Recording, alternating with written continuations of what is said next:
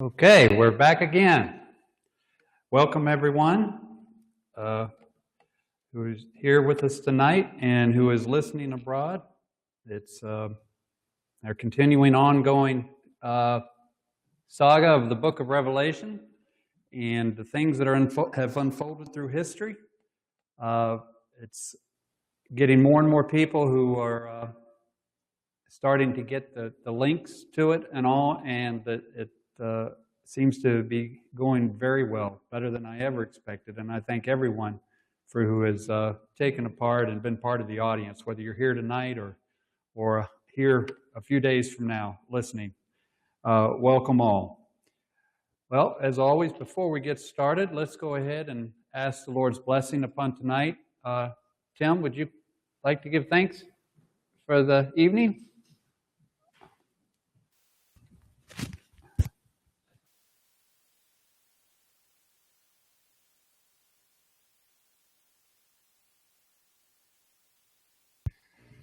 Heavenly Father, as we approach your throne of grace and mercy, we thank you for seeing us safely through another day and another week. And we thank you now for this time around your word. We are encouraged by it, and we pray that you will bless Roger as he continues to share what he has learned with us. We thank you for all you've done for us and ask your blessing upon us this hour. In Jesus' name, amen.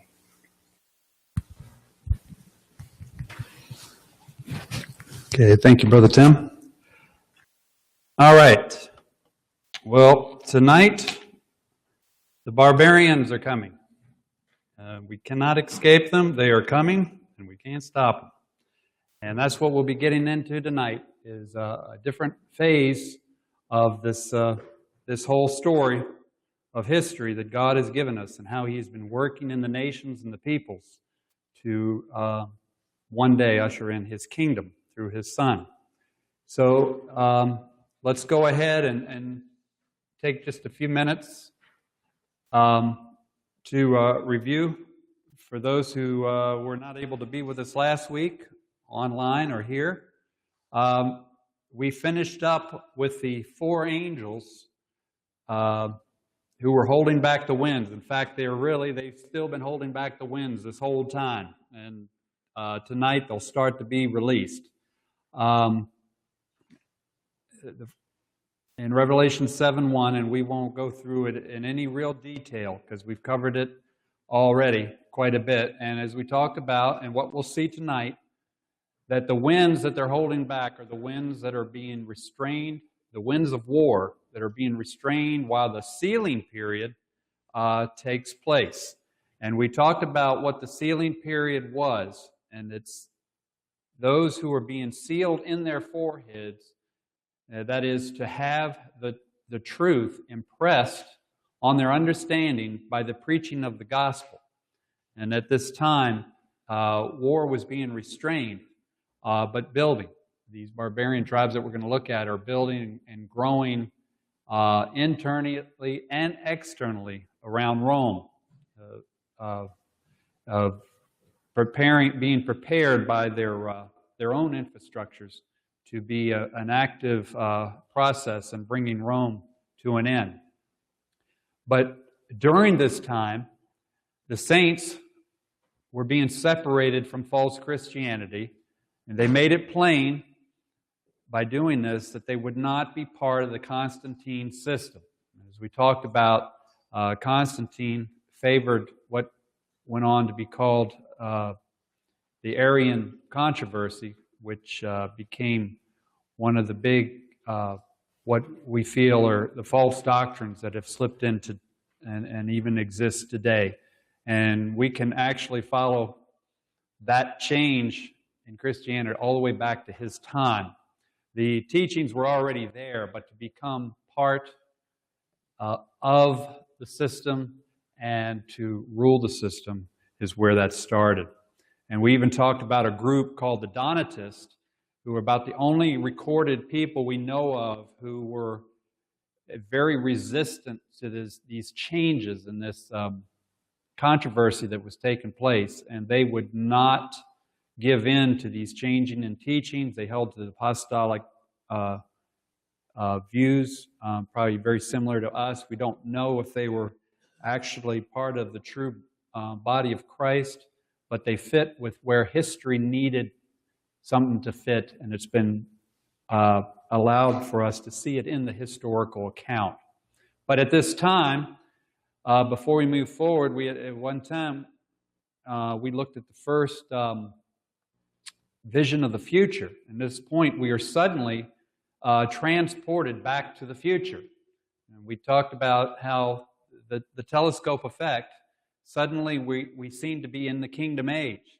Because in Revelation 7:9, we read where, after this I beheld, and lo, a great multitude, which no man could number, of all the nations, kindreds, and people, and tongues, stood before the throne and before the Lamb, clothed with white robes and palms in their hands. We talked about remembering the souls under the altar who were all given white robes.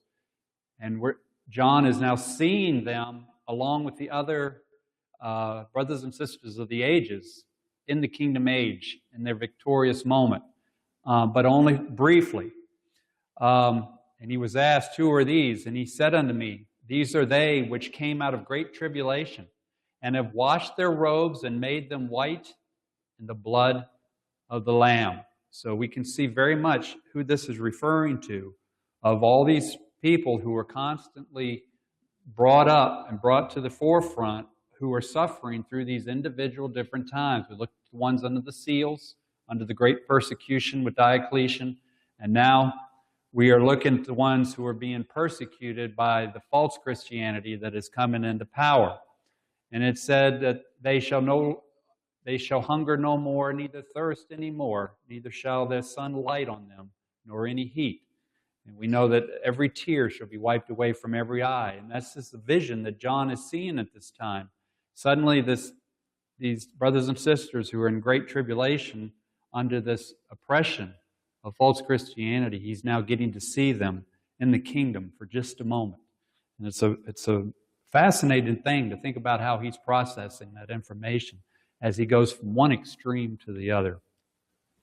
And of course, again, we have to come back to our telescope where we are, and we just had pretty much covered the white robe multitude, and that's where we are, and we're about to move into the 7 trumpets. And if you notice again, it says that the 7th seal contains the 7 trumpets. And when the 7th seal is open, we never see it really finished, but the trumpets come out of it. And then we'll see down the line, before the 7th trumpet is finished, the 7 vials come out. So we're waiting for the end that Christ returns, and the end of that time before the 7th of all of these is brought to its end. And we just finished, as we went through the seals, and just a reminder, that was pagan Rome, judgments on pagan Rome. Now we're looking at the judgments on Catholic Rome, and that word Catholic means universal. It's the church that became the church. It was the universal church that became pretty much in another 400 to 500 years, it became law and more powerful than the king himself. So, and that's what that grows into. And then we talk, as we started chapter 8, the first verse we see there, "And when he had opened the 7th seal, there was silence in heaven about the space of half an hour." And we talked about what that half hour was, and using the day for year principle and all, and how it worked out to approximately 15 years that there was silence. Well, what was the silence? Once Constantine had triumphed over paganism, there was nearly 15 years of peace in his throne till he died, but only during his reign. He was never at war, or as we should say, there was silence in the Roman heaven, but just for a little while, because it says for about the space of half an hour, but not even quite that, because he died 14 and a half years later, not quite 15. The Roman throne had stabilized under one ruler. And what this is doing, why this puts this in here before we get to the first trumpet, is we're being shown how history will change very quickly, where it goes from all this war with Constantine overthrowing the other emperors to a period of peace, and then we're going to go into these invasions that start to take place. So this is simply telling us that there's going to be a period of peace, And history has recorded there is a period of peace for a short period of time. And so you say, why is that there? For that reason, it is there. So now moving forward, we come to the trumpets, judgment on Catholic Rome. And I think we read a few verses here. Yes, we did get started into this. It'll be a few more verses here before we get to where we left off. In verse 2, he said, "And I saw the 7 angels which stood before God, and to them were given 7 trumpets." So we can see, and we can imagine 7 angels suddenly having trumpets, and they're about to blow them, but they have not blown them yet. And there's a sequence here that's important to understand so you can see how God is working before they blow. But it's not time for them to blow yet. And we talked about how this symbolism is in Scripture. We talked about the city of Jericho and that story, and as we know, there were 7 trumpets that were blown that brought judgment against Jericho, and it fell. So again, Revelation doesn't bring in a whole bunch of new things that are foreign. They are all through Scripture. And the more we study, the more we see how it draws on those things that are already known. So, then he's told, another angel comes on the scene. And another angel came and stood at the altar, having a golden censer, and there was given unto him much incense, that he should offer it with the prayers of the saints upon the golden altar which was before the throne. And the smoke of the incense which came with the prayers of the saints ascended up before God out of the angel's hand. Now, you know, this comes again before there's a trumpet blown. We bring the censer in with the smoke and incense going up. Because why? It's an answer to their prayers of this era of time. Because these saints were the sufferers of the persecutions under Constantine and his clergy. Keep that in mind. It wasn't Constantine who personally went after them, but it was the clergy that went after them as they came more and more powerful. Their prayers would therefore be for deliverance and divine retribution upon the oppressor who was ruling them unrighteously with a rod of iron. So, and that brought us to this point, which I know this is where we left off last week. We now move forward with things starting to heat up a bit. It says, "And the angel took the censer and filled it with fire of the altar and cast it unto the earth. And there were voices and thunderings and lightnings and an earthquake." So again, let's get into John's head of what he might be experiencing. He sees this other angel come, and you got 7 of them now lined up with trumpets ready to blow. But another one comes and takes this censer, and we can just imagine him taking that censer and casting it to the earth, and it's smashing. And then when it smashes, he hears voices and thunders and lightnings and an earthquake. Now, we've seen this before, haven't we? In our very opening scene of the room, really, we never leave what was coming from the throne. Voices, thunders, and lightnings. These are the commands and judgments going out that the angels are carrying out. But this one has an earthquake attached to it. So, looking at this very moment where all of this is breaking loose, what's happening here? Well, this is where history starts to change, where the silence in heaven is broken. Constantine's 3 sons, one was named Constance, Constantius, Constantine, and Constance, would have entered peaceably into possession of the empire, and the silence in heaven would have remained unbroken. But this was not the purpose of God. At this time, the silence is now being broken because Constantine is gone. He was the whole silent period there once he became total emperor. He was the silence in heaven. The next 30 years after Constantine's death brought strife and bloodshed amongst his sons and nearly totally wiped out his family. Of course, he never knew it. He died, and they took over. And suddenly, remember, the empire was in 4 rulers, and we had 3 rulers. There was 2 that Constantine overthrew. Now we're back to 3 rulers again. And whenever you got that, you got competition, you got one who want more, and they want the other one out, Just because they're all Constantine's sons doesn't mean they got along. Because if you remember Caracalla, back about 4 weeks ago, he killed his little brother so he could have it all. So bloodlines really didn't carry a lot of weight except to get you to be emperor. Brother John Thomas had this to say about Constantine, and I thought it was noteworthy to put in here. He was the Antichrist of his day, the newly born man-child of sin, the son of perdition. And the word perdition means spiritual ruin. And we'll see this word come up when we get into the final beast with the woman sitting on it, the seven-headed dragon. The seven-headed scarlet-colored beast with the woman riding on it. And that word perdition comes up, and it means spiritual ruin. So son of spiritual ruin, who opposed and exalted himself above all that is called power or an object of veneration. And I had to look that word up. It meant respect and awe, and which is what he carried. No one tried to overthrow him. He ran his country well. He had the respect and that came with it. And, of course, the religious world was right there with him. So that he, as a supreme power, sat in the temple of the power, showing himself that he is supreme. And Constantine was never baptized until 3 days before he died. So we can see he was not totally committed to Christianity to where he would make that commitment and then live the rest of his life out. As he was dying, he decided to get baptized for his own benefit because he wanted to supposedly go to heaven, I guess. But he saved it till the end so he could be the ruler he wanted to be. So don't think he was just a really great guy. He was a great ruler. He was very good at it. But that doesn't make you a good man.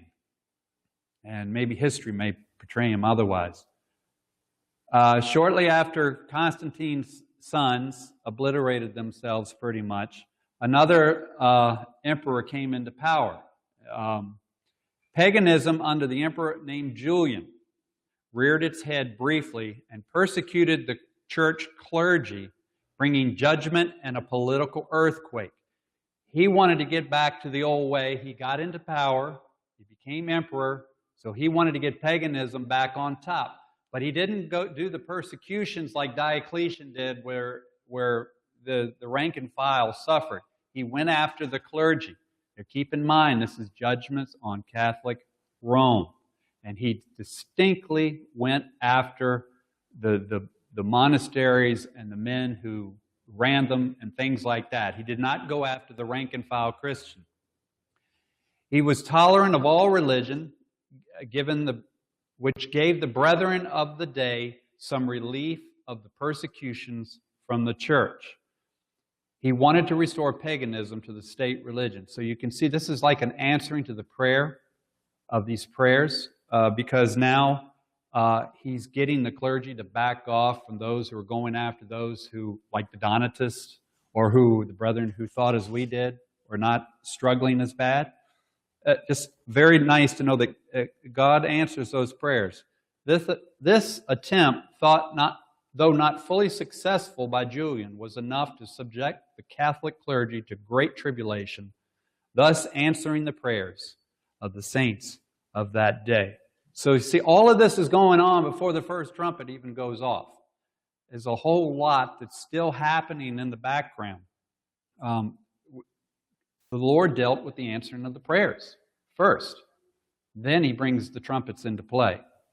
So, and the seven angels which had the seven trumpets prepared themselves to sound. Now here's a little line in here that can be read over if you don't understand history that much and not realize, think about it. Preparing to sound has a meaning. It says they're preparing to sound. They still have not blown their trumpets yet, but they are preparing to sound. Each trumpet brought invaders upon some part of the Roman Empire. The trumpets, as we know, are summoning those armies to move, is what those trumpets are going to do. When they sound, the armies will attack.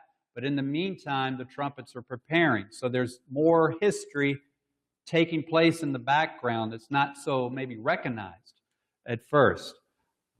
The first four trumpets are directed at the Western Empire, as we'll find out.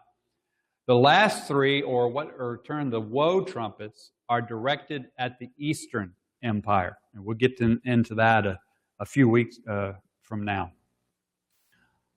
There was preparation to these invasions, or an opening of the way, of why all of a sudden the barbarians could overthrow the Roman Empire when they never could for hundreds of years. Well, this didn't just happen right away. It was very subtle, and suddenly Rome had an enemy that they had actually armed to fight on their side. And this is how they got in there the way they did. At least the first one we'll look at. The first of these invaders were barbarians to the north of Rome who did not have the discipline or strength in the past to invade Rome. They were tribal people. The word barbarian doesn't mean they were just ignorant savages. We'll look at this in just a moment. They were a people who had a structure, but they didn't exactly have cities and fortified cities and things like that. They were more tribal. So they didn't grow to the ability and the power that a country like Rome would. So the barbarians are invasions are summoned by the trumpets, and this is where Rome is dealt another severe blow. As you can see in this picture, the Romans are not doing too well. They suddenly have their enemy all about them. It's not something where you can put up a line of defense around your borders. The borders don't even matter in this, as we're going to look at it. Just real quickly, the term barbarian refers to a person who is perceived to be uncivilized. Perceived. That doesn't mean they can't live a good social life. The word is often used either in a general reference to a member of a nation or other ethnic group, typically a tribal society, and are viewed as inferior, of course, by those who use the word. The barbarians probably did not see themselves as inferior. Perhaps they just didn't have the technology at their disposal as the Romans did, and the fortified cities, so to speak. Unlike the Seal period of political infighting, the persecution of sects, the barbarians march through the empire, looting and destroying everything in their path.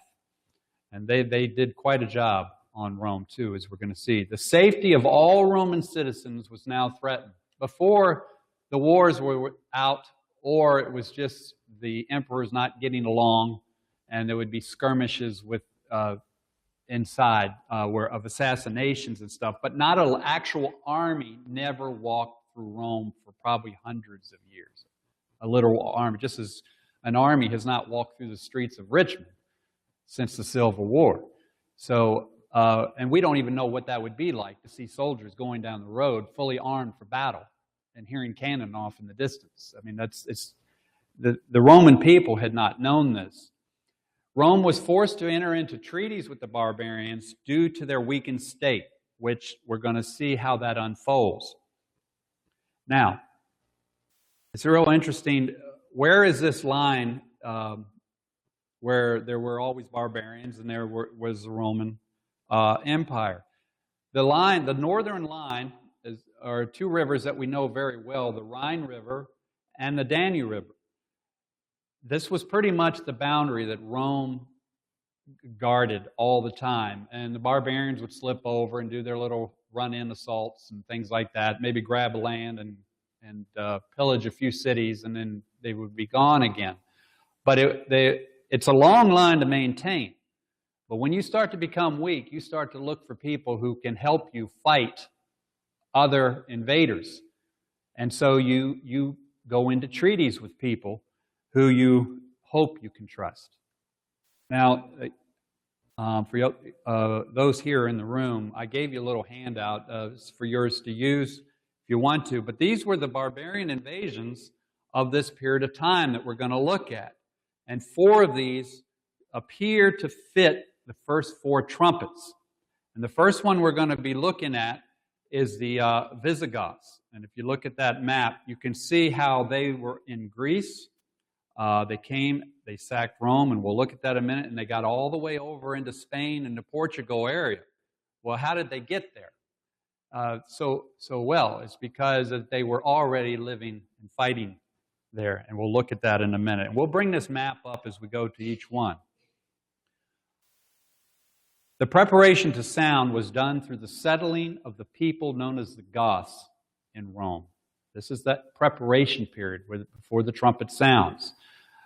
In fleeing from the Huns, they were granted permission to enter in the Roman territory. And remember, Rome was getting weaker and weaker by the decade, by their own problems and people who were pecking away at their weaknesses. The Romans armed them to help militarily against the Huns. They put weapons in their hands because they thought they would be on their side, and we'll let you stay here and live and work our fields and things like that. They didn't come in as slaves. They weren't made to do it.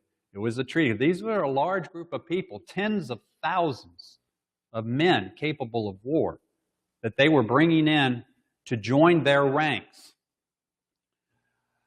The measure to employ their help had the opposite effect.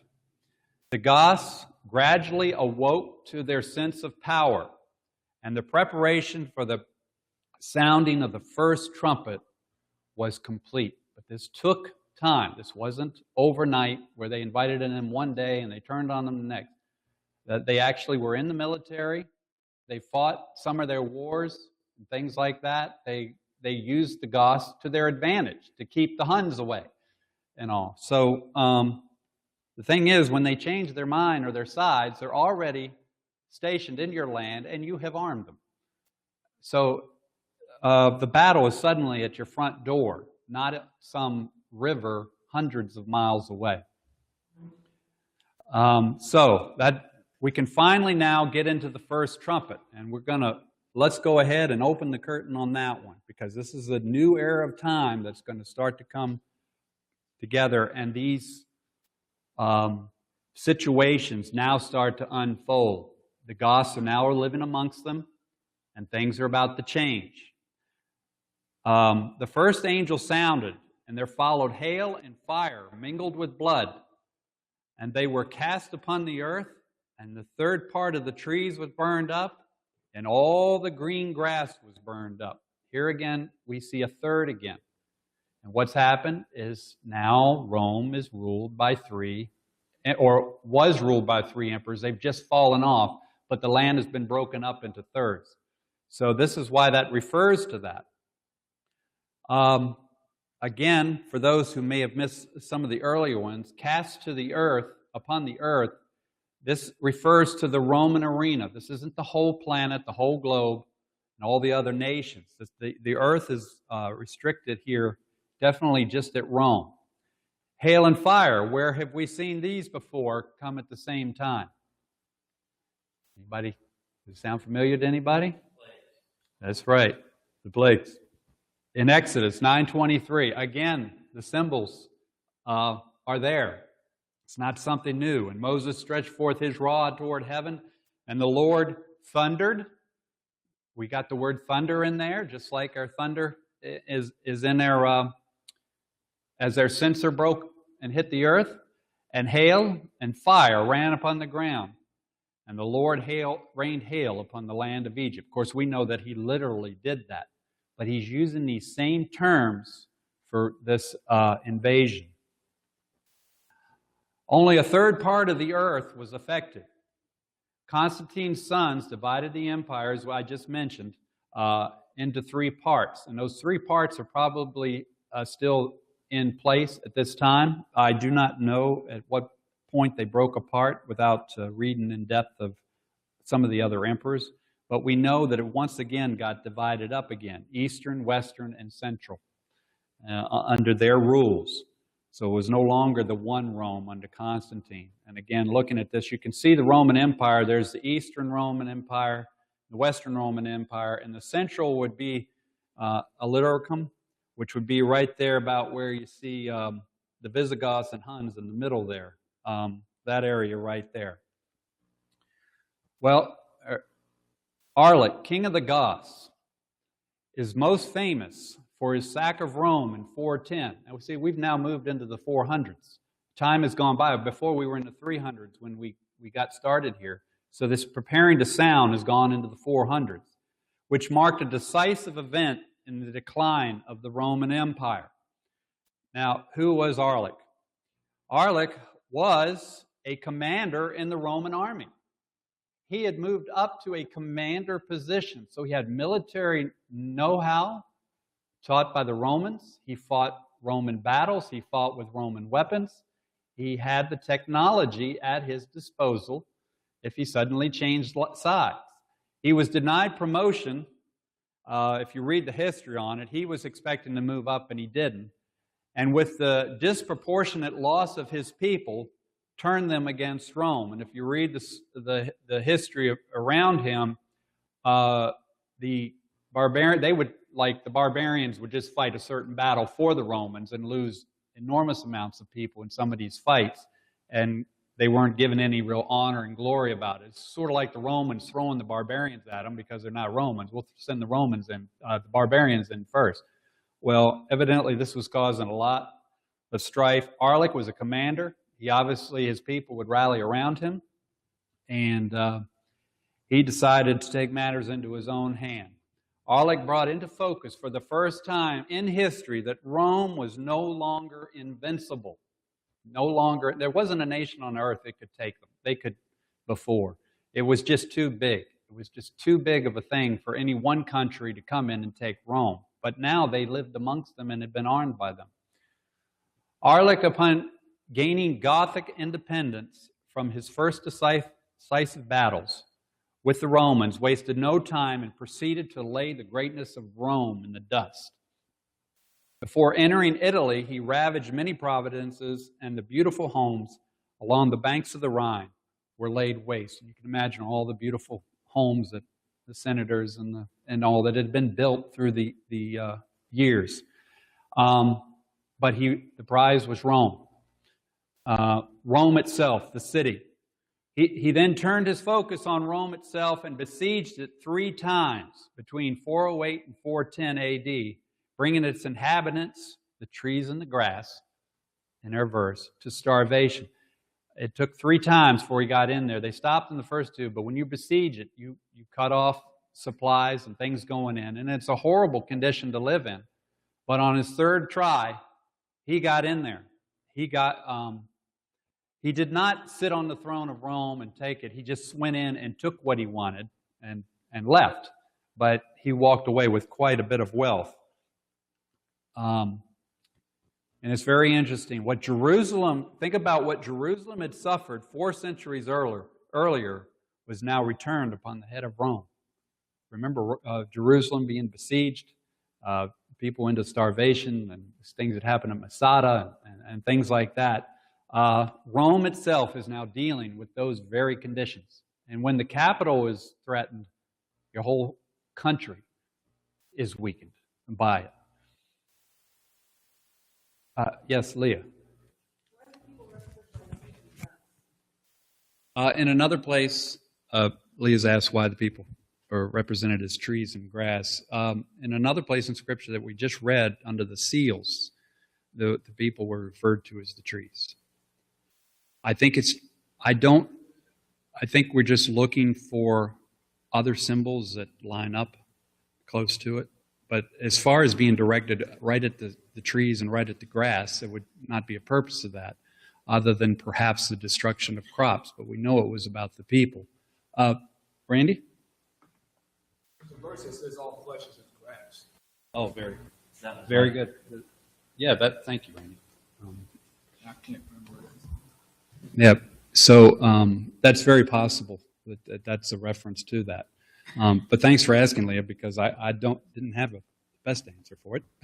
But it is interesting. It can be one of those little subtle things where you're saying it's that, but why is it that? I'm still learning myself. And Brother Randy has offered a possible solution to that. And I thank him for it very much. These are how we all learn together. And again, the symbolism can fit very well with things that had been written aforetime. In 410, during these campaigns, Arlic died. He died in the very year he sacked Rome. And it's interesting the way God takes people out very quickly when he's done with them. When they've served their purpose, just like I like to think like Abraham Lincoln. As soon as he had served his purpose and what he did in this country and the Civil War, he was taken out before he saw the 100% end, but he accomplished what he set to do. And suddenly he's gone. Arlic died, and the fire and hail mingled with blood had expended themselves because he went off, he sacked the city, took what he wanted. Of course, it was humiliating to Rome, and then went off. He didn't take the people captive and things like that and take them away as slaves. He just took the booty of the land and went off, but he died before he got very far, and it's thought from natural causes. And there would be a 20-year interval of peace before the sounding of the second trumpet. So there's this lull in there before anything happens again. But the barbarians are now, they've shown what they can do, and Rome is no longer as safe as she used to be. You've got this threat that dwells among you. And they're not the only barbarians that were there. So that again, we won't spend a lot of time on each one. That brings us to the second trumpet. And as we open the curtain on that one of this time, what does it say? And the second angel sounded, and as it were, a great mountain burning with fire was cast into the sea. So here's another whole set of dynamics from the first it was fire and hail. Now we have a burning mountain cast into the sea. What could that possibly be about? Well, there are things in the Scripture that can give us an idea what it is. Mountains can represent, as we know, political powers, good and bad. Because if we, concerning Babylon, look what it says about Babylon. Behold, I am against you, O destroying mountain. So it's referred to as a mountain, saith the Lord, which destroys all the earth, and I will stretch out my hand upon you, and roll thee down from the rocks, and will make you a burnt mountain. So there's both of those phrases in there, a burning mountain, concerning Babylon. And in Daniel, concerning Babylon again, what we know so well, Nebuchadnezzar's image. Then was the iron and the clay and the brass and the silver and the gold broken to pieces together and became like the chaff of the summer threshing floors. And the wind carried them away, that no place was found for them. And the stone that smote the image became a great mountain and filled the whole earth. So this being a nation is not a hard stretch to say it's a nation of people that are doing something, but it's referred to as a burning mountain. And look what it says. It gets a little more dramatic. It says, and a third part of the sea became blood. That sounds really kind of gory, but it's telling us that something is different from the last one. And a third part of the creatures which were in the sea and had life died, and a third part of the ships were destroyed. So the word ships should give us an idea of where this is going. Again, it's a third.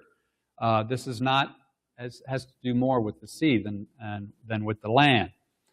Our trumpet blast is directed obviously at the sea, because things die in the sea, it turns to blood, there's a mountain burning in the sea, so it's very easy to see where this is going.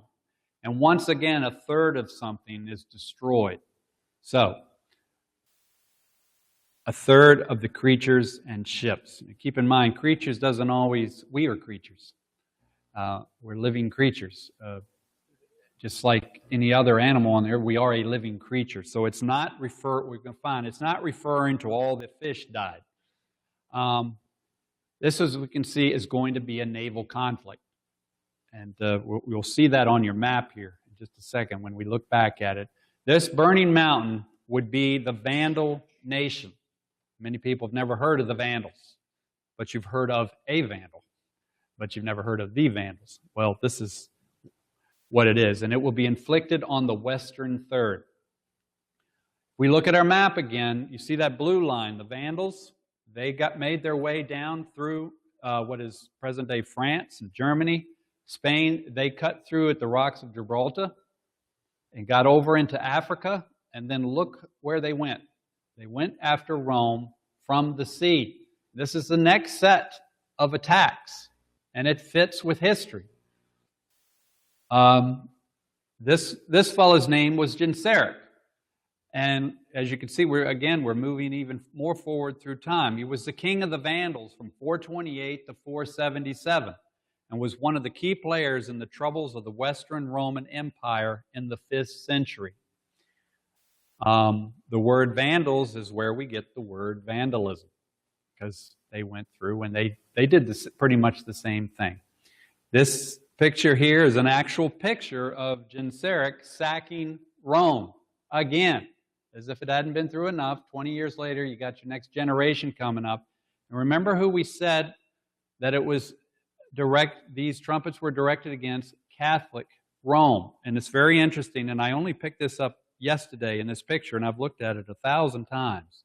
Right here, there's a bishop standing there on the steps watching them taking the stuff out of the temple and things like that, and ravaging the city and the women and taking captives and stuff. It's in there. It's in the paintings of this time. The burning mountain in the sea was at full steam. By taking Carthage, if you look on your map there, he separated Africa from the Roman Empire. Now you lose all that. I don't know if many of you are aware of it. That's where a lot of the grain came from to feed Rome. Remember Joseph in Egypt, all the grain that was able to be grown. It was a good place to grow grain.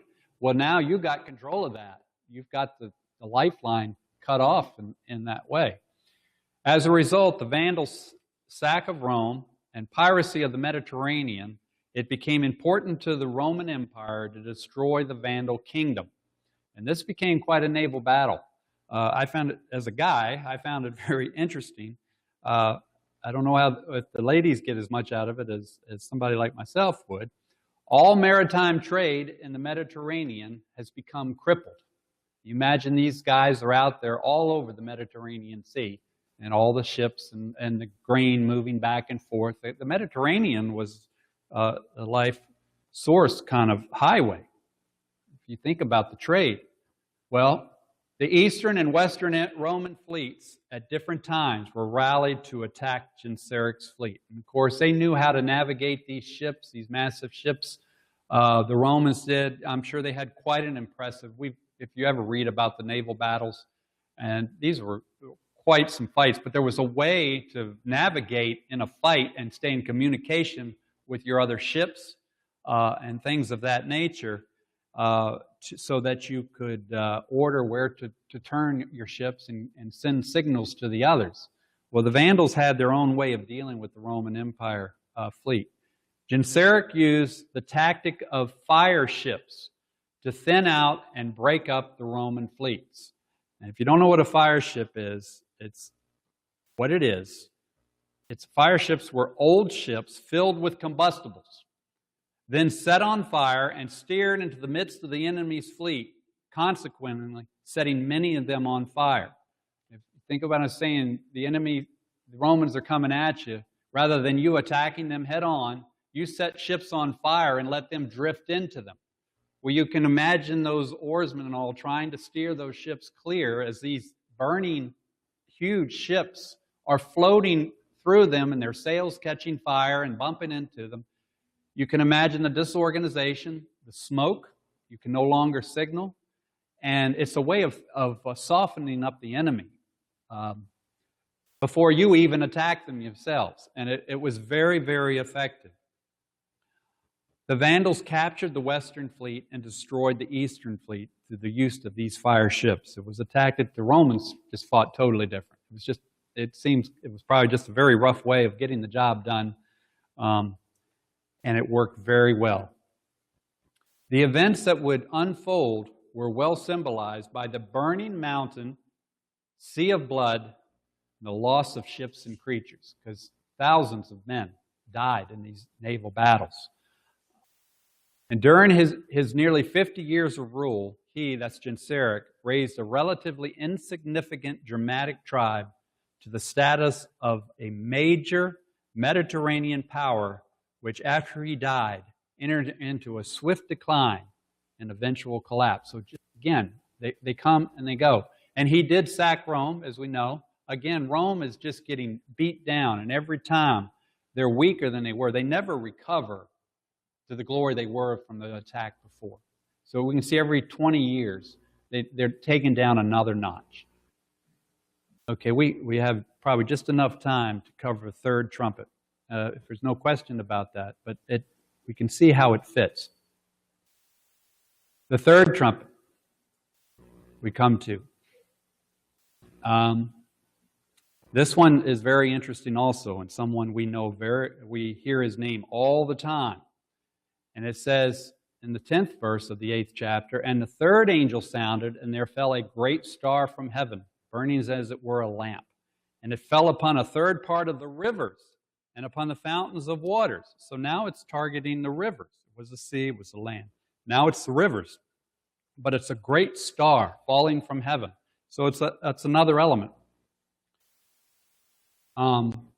Ordinarily, a falling star is viewed as a nation falling from power.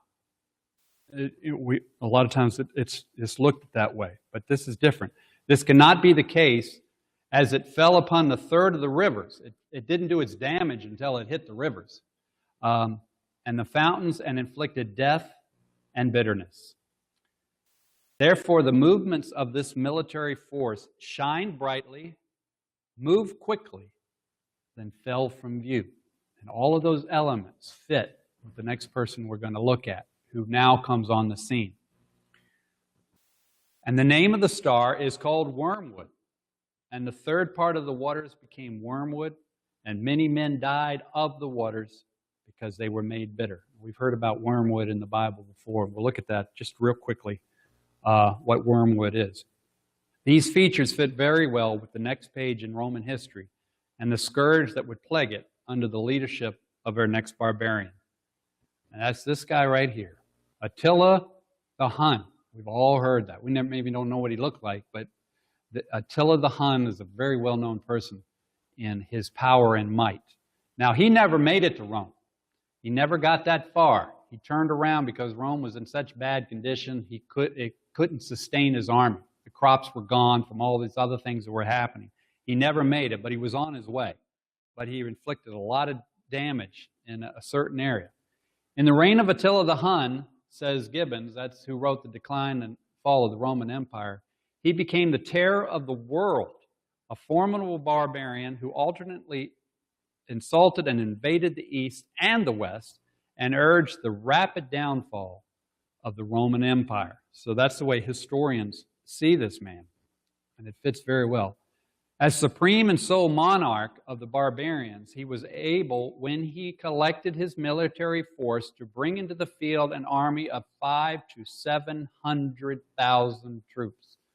You know, these aren't just people living in teepees off in the distance. These are military moving forces now in the heart of Rome. That's a lot of men. When these forces were set in rapid motion, they constituted a power that may very well liken to a great star blazing as a torch. And this is, he's kind of a rough-looking character. This is a coin of him. You can see he's very pronounced in his nose and his facial structure. This is called a Renaissance medal with the legend Attila Flagellium Dei. And what that means is, in Latin, Attila, scourge of God. I mean, it's in their stuff about how he's been brought.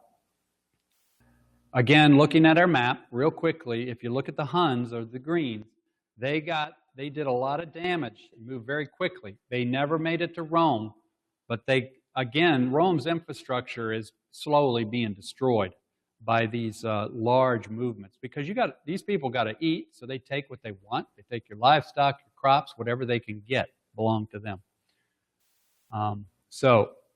Just for a second to see how we're going through time here, the Goths came through in 395 to 410, the Vandals 428 to 477, and the Huns from 434 to 453. So we're halfway now through the 5th century with Attila. Now this here is wormwood. This was an interesting study. What is wormwood? And this is that plant. And it goes by the actual scientific name is Artemisia, if I said that right, I'm not sure, is a large, diverse genus of plants with between 200 and 400 species, and this is interesting, belonging to the daisy family. It's of all families to belong to, and being so bad. Common names for various species include mugwort, wormwood, and sagebrush. We've heard of sagebrush. Artemisia are known for their powerful chemical constituents in their essential oils and bitterness. You may have heard of the absinthe. I'm not sure how to say it, but I've seen it written on bottles before. A green aromatic liqueur that is 68% alcohol is made from wormwood and other herbs and has a bitter licorice flavor, is now banned in most Western countries. So people don't even want people selling it. It's bad stuff. Yeah, I've seen that word on a bottle before. Okay, but yeah, this is dated, I'm sure. Anyway, okay, in Proverbs we read, "For the lips of a strange woman drop as honeycomb, and her mouth is smoother than oil, but her end is bitterness as wormwood." And this is what it was referring to. Sharp as a two-edged sword. This is where Attila did the most damage. Remember it fell upon the rivers? This is the most watered area of the Roman Empire. And look at all the rivers and tributaries in this area, just east of the Alps. And there was a river called Aspasos, which is wormwood. It is the name of a river in the Irelium Third, which is right there in the middle of the Roman Empire. And I got that from Brother John Thomas. I tried to find the river, but evidently it's not called that anymore, because I could not find it. But in his time, there was a river called that, which fit very well because that's where he came through. The wormwood star had blazed like a torch and embittered the river populations of the country. This account of Attila's invasion survives. Now keep in mind who it was targeted against. The barbarian nation of the Huns, which was in Thrace, became so great that more than 100 cities were captured, and Constantinople almost came into danger, and most men fled from it. There were so many murders and bloodlettings that the dead could not be numbered. For they took captives, who? The churches and monasteries, and slew the monks. Who were the judgments against? Catholic Rome. And maidens in great numbers. And that was written by this fellow who lived during that time. I mean, he knew, he saw what, look what he recorded as what they targeted. It didn't, so he was doing exactly what the scriptures say someone should be doing in that point of history. A great star burning out. Italy had suffered from a terrible famine in 451, and her crops were faring little better in 452. Attila's devastating invasion of the plains of northern Italy this year did not improve the harvest. To advance on Rome would have required supplies which were not available in Italy, and taking the city would not have improved Attila's supply situation. Therefore, it was more profitable for Attila to conclude peace and retreat back to his homeland. But it wasn't so much the city of Rome as it was the Catholic Rome. And that's everywhere. It's all over the place. It's not just the city. Here's a model of him, I guess, in his better day. Attila's demise. He has an interesting legend. Legend says that he was laid to rest in a triple coffin made of gold, silver, and iron, along with some of the spoils of his conquest. His men diverted a section of the river, buried the coffin under the riverbed, and then were killed to keep the exact location secret. I would not want to be his gravedigger, because you're digging your own. But that's what legend says. Attila's many children and relatives are known by name and some even by deeds, but soon valid geological sources all but dried up, and there seems to be no verifiable way to trace Attila's descendants. Okay, so why am I recording that? Remember what it said? Brother Roberts said this, and I thought he put it very well. When his work was done, his power and family disappeared. He was a great star while on the scene, but only a wandering star. He was not a fixed luminary in the political heavens, but a meteor which rushed and blazed with destructive brightness and disappeared in the midst of the destruction he caused. He never made it home he didn't make it home, just like Arlick never made it really back to his homeland. They came, they did what they were to do, and then God removed them, which he's done so many times in history. The results of these barbarian attacks, it was not the purpose of God that there should be another universal empire. We know that from Nebuchadnezzar's image, that there was not to be another one. Each one of these invasions chipped away at the legs of iron in Nebuchadnezzar's image, the result being the beginning of the feet of iron mixed with clay. Think about that this feet of iron and clay, it was brought about by it started with I guess you'd call them the ankles of the feet of iron and clay, because Rome is disintegrating. The barbarians are now living there. And as we see when we get on down the road here a little farther, they actually start sitting on the thrones. And eventually Constantinople is removed from the being anything at all. So that brings us, with just a couple of minutes left, the next place we will go will be the fourth trumpet. Any questions? I know it's a lot of history, but it's necessary history. It's history that God put in place.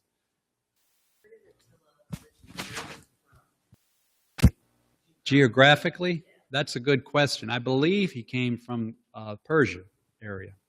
That if you look on your map, you can see he kind of comes in. I do not know his exact location of where he came from, but he did not come from the north so much as he came from the west, where the Persian. Yes, if you looked at his face, that statue that they had of him, he has that almost Asian Oriental mix, is the way they have portrayed him. And I would suggest that he came from over in that area. But I don't know exactly. It wasn't part of my studies to show these points, but it's interesting.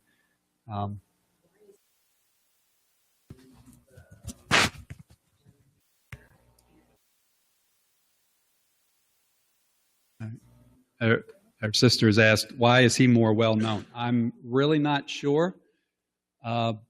We've just maybe glorified him a little more. Does anybody have a suggestion? Perhaps because he had the bigger army. He had up to possibly 700,000 men, and that's more men than served in the Civil War, if you think about it. So, and we know how many, that was like 600,000. So I can only suggest that he did more damage and affected the culture perhaps more.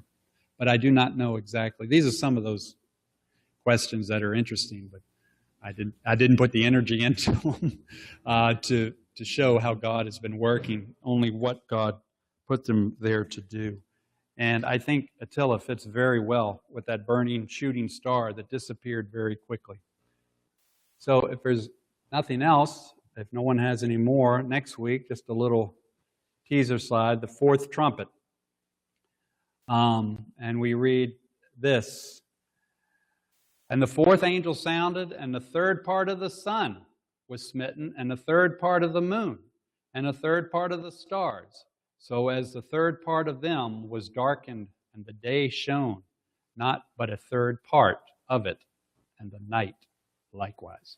So there we see the sun, moon, and stars being kind of darkened again, and we saw them darkened in the sixth seal. But of course we know it's the powers that exist, not the actual celestial bodies. So that's where we'll pick up next week. And if there's no more questions, I'll say good night and thank you for coming, and good night to all out there who are watching, and may God be with you and bless you and keep you. Good night.